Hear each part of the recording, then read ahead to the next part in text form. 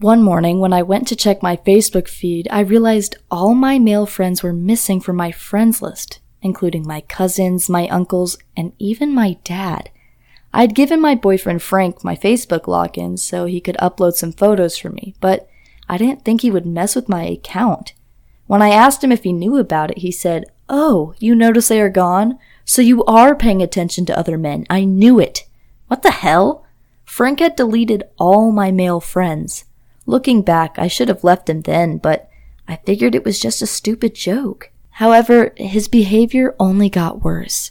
I was working at a marketing agency and I would take breaks with my coworkers to vape outside. We'd talk about our various projects and make important decisions during those breaks. Well, one day I got home from work and Frank confronted me saying, "I saw you hanging out with other guys at work today." Wow. He had stalked me in my workplace, watching me when he should have been doing his own job. Things were getting creepy.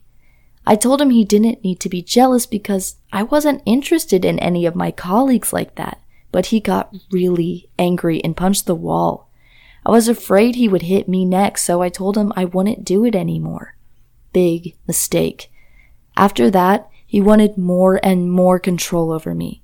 Like, he wouldn't let me wear certain clothes like shorts or tight shirts, and then he stopped me from talking to any of my male friends, including Steve, who is gay.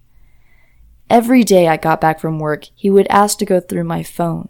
At first, I wouldn't let him. I mean, everyone deserves some privacy, right? And there were text conversations with my friends where we talked about things I didn't want Frank to know about. But if I didn't do what he wanted, he'd scream at me for hours and start trashing our apartment. It was so emotionally draining.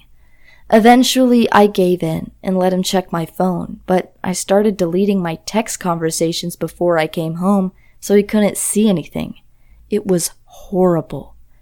I guess if he could, he would have locked me in the house and not let me go anywhere without him.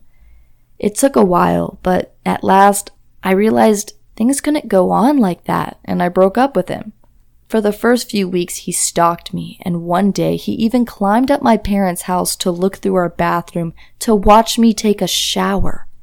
After that, I got a restraining order from him, which means he isn't allowed to get near me or contact me in any way, or he will go to jail. However, that was 2 years ago, and Frank still sends me messages from anonymous phones.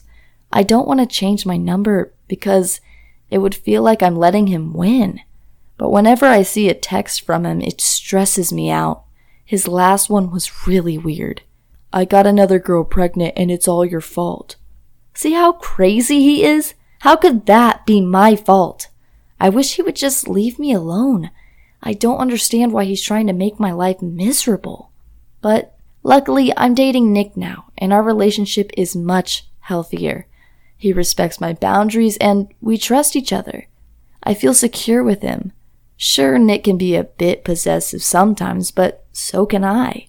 There's nothing wrong about being a little possessive. It's only natural. But when you try to control someone's whole life, you have some issues and maybe you should get help.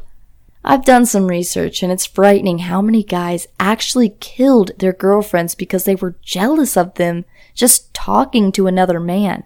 It's insane. So, although I'm not a professional therapist, my advice would be to stay away from anyone who tries to completely control your life. Those people are evil and only care about what they can get out of you. They don't care about your happiness at all. Please be careful.